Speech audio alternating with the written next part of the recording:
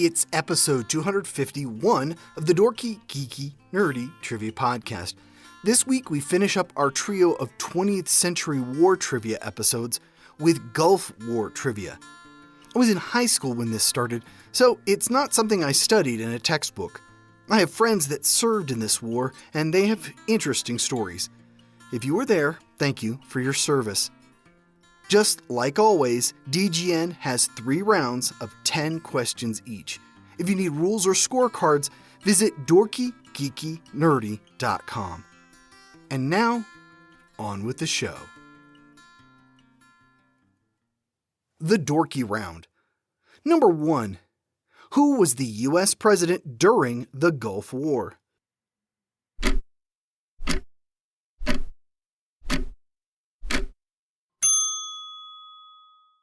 George H.W. Bush. Number 2. Who was the leader of Iraq during the Gulf War?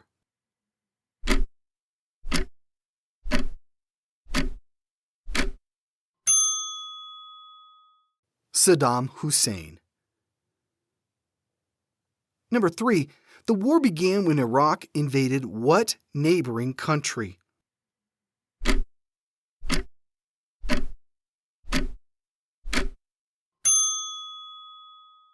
Kuwait. Number 4. What was and is the capital of Iraq?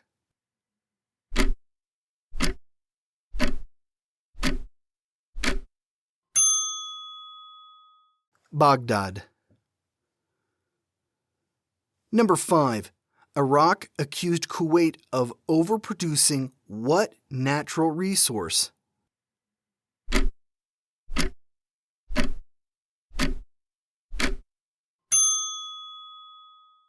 Oil.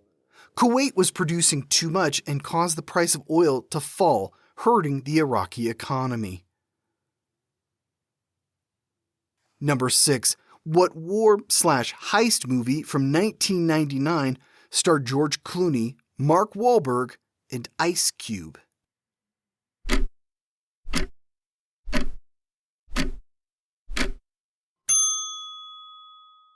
Three Kings. Number 7. What 1992 presidential candidate used the economic crisis following the war as a major issue?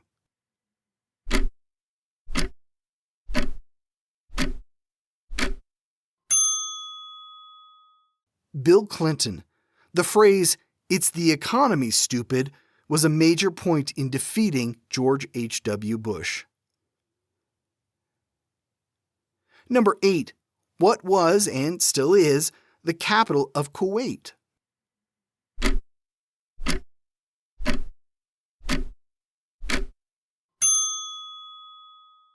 Kuwait City. Number 9. During their withdrawal of Kuwait, Iraq set fire to more than 500 what?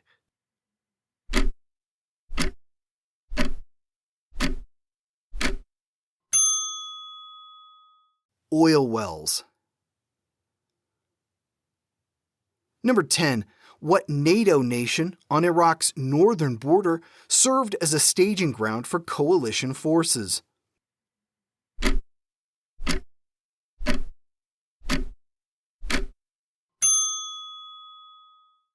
Turkey. The Geeky Round. Number 1. What was the code name of the U.S. operation from August 1990 to January 1991?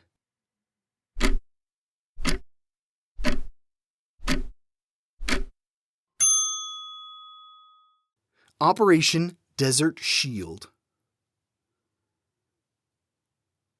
Number 2. What was the code name of the U.S. operation after January 1991?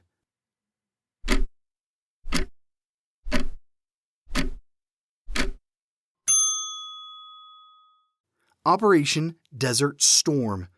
The name was changed when coalition forces went on the offensive. Number 3. Iraq had lots of battle experience prior to invading Kuwait. They warred with what neighbor from 1980 to 1988?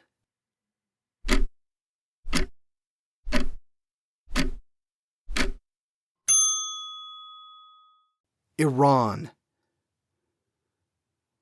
Number 4. The U.S. and its allies used what nation for most of its staging ground during the war?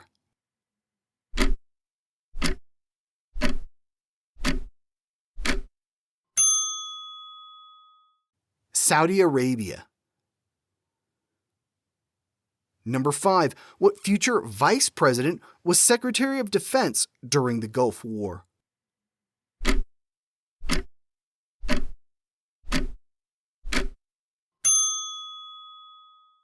Dick Cheney. Number 6. What future Secretary of State was the chairman of the Joint Chiefs of Staff during the war?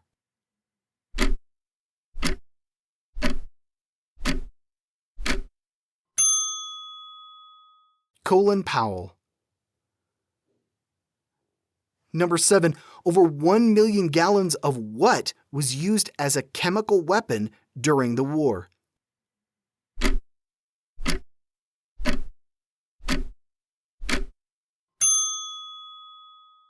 Crude oil.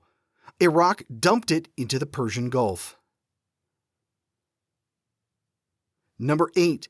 Set during the war, what 1996 film starred Meg Ryan as an officer nominated for the Medal of Honor?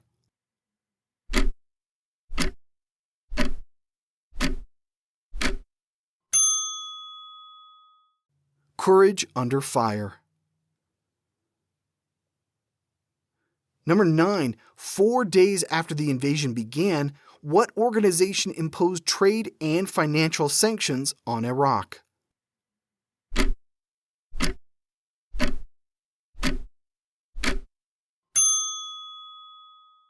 The UN Security Council. Number 10.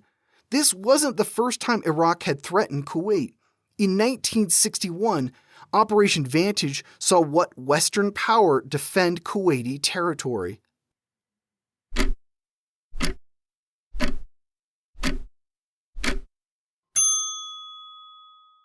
The United Kingdom. Kuwait had been a British protectorate. The Nerdy Round. Number 1. Who was the commander of Allied forces in the Gulf during the war?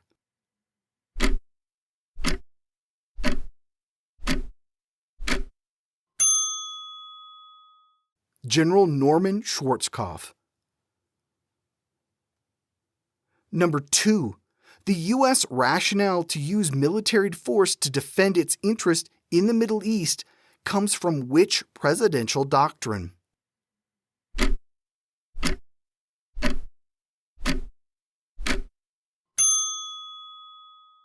The Carter Doctrine. He laid it out in his 1980 State of the Union address. Number 3. Iraq used their Scud missiles to attack Saudi Arabia and what other Middle Eastern nation?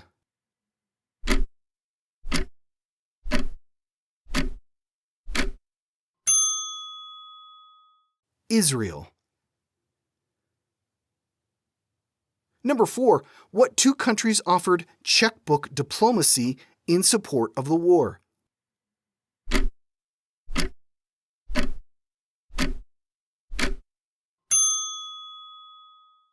Germany and Japan. They are banned from sending troops outside their own borders. Number 5. During and after the war, 200,000 refugees from what area fled or were forced out of Kuwait?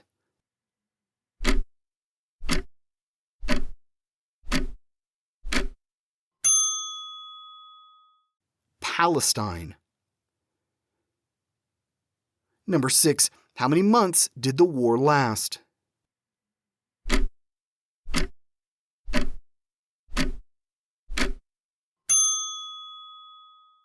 Seven. Number 7. Michael Keaton played real-life journalist Robert Wiener In what 2002 movie?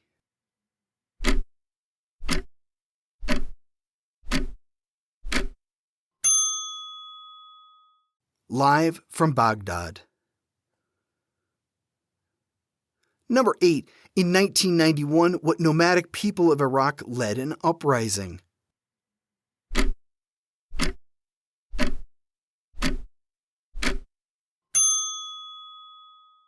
The Kurds. Number 9.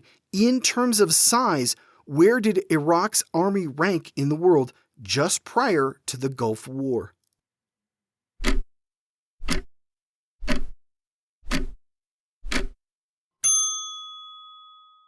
Third, just behind China and the United States. Number 10. What future Oklahoma City bomber served in the U.S. Army during the Gulf War?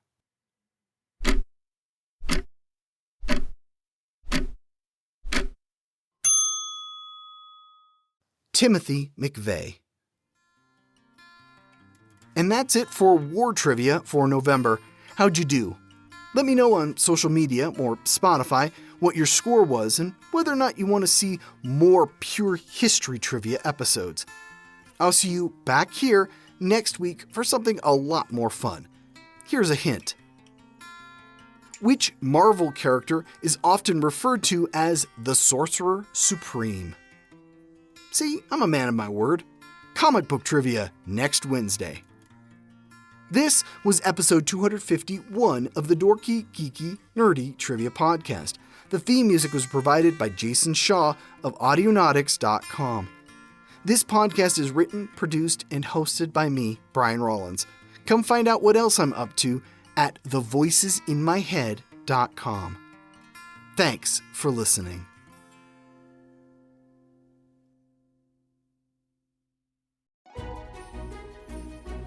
'Tis the season to be podcasting.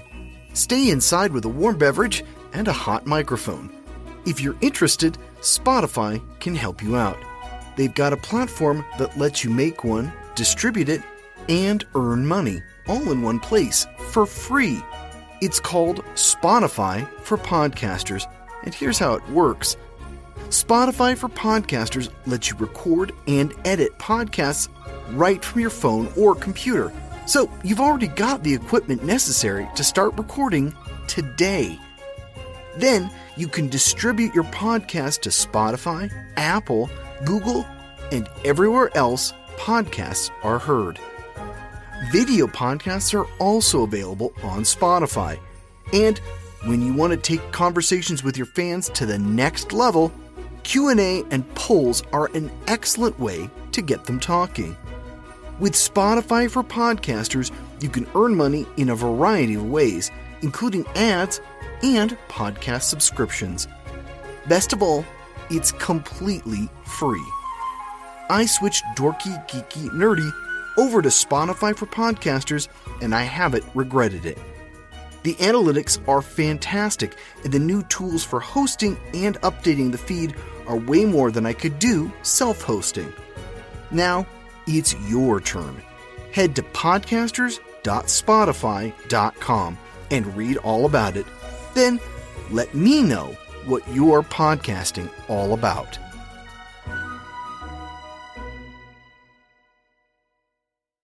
I'm Elise Hugh. And I'm Josh Klein, and we're the hosts of Built for Change, a podcast from Accenture. On Built for Change, we're talking to business leaders from every corner of the world that are harnessing change to reinvent the future of their business. We're discussing ideas like the importance of ethical AI or how productivity soars when companies truly listen to what their employees value. These are insights that leaders need to know to stay ahead. So subscribe to Built for Change wherever you get your podcasts. The best-kept secrets in 2041 America are the deadliest ones. A mysterious scarlet-haired jazz singer, a rebel on a motorcycle, and a killer with a penchant for torture. Food is scarce, good jobs the rarity, and Big Brother is watching everyone. Will Jack and Tom's family be torn apart in the mayhem And how far will one brother go to save the other's life? In 2041, America is rife with ghettos and armed checkpoints, and poverty runs rampant. A bloody civil war is brewing, and everyone will be forced to take a side. Education is the only way out of a life where you're never sure where your next meal will come from, or what you'll have to do to get it. Tom aced his assessment tests and scored an education contract, giving him a way out of poverty. Jack isn't so lucky. Tom must break every rule he's lived by and go head-to-head with a psychopath if he's to have any chance of saving his brother, and just maybe keep America from reaching the fracture point. Fracture Point by Jeff Altabef is book 1 in the Point Thrillers series. Audiobook available now on Audible and iTunes.